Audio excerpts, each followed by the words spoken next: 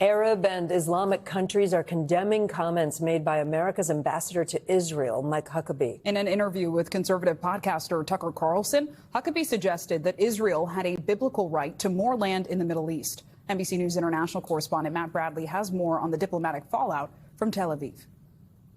So this diplomatic crisis has been unraveling all weekend ever since those comments by U.S. Ambassador to Israel Mike Huckabee were put in that show on Friday by Tucker Carlson, the former Fox News and MSNBC host, who is now leading a camp within the American right that's questioning the American right's traditional support for Israel. Some would say almost unconditional support for Israel. Now, the U.S. ambassador to Israel, Mike Huckabee, he is really representing in this interview the traditional conservative American view of supporting Israel, but he's also a Christian Zionist, which means he's an evangelical Christian who believes that creating a Jewish state in land that he says was given to the Jews in the Bible will usher in the second coming of Christ. Now, of course, this is very controversial, and Tucker Carlson basically kind of got him to say that the land from the Euphrates River to the Nile in Egypt, referred to in a passage by the book of Genesis that Tucker Carlson quoted,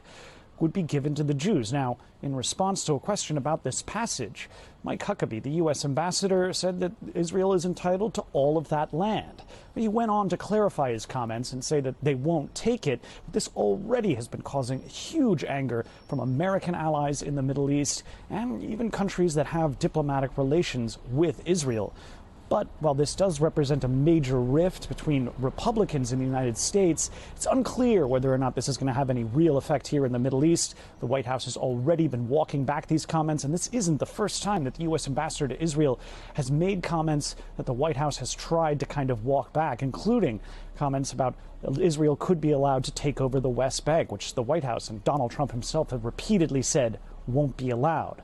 So it's unclear whether or not these comments are going to create as much of a rift here in the Middle East as they would in the States. We thank you for watching, and remember, stay updated on breaking news and top stories on the NBC News app or watch live on our YouTube channel.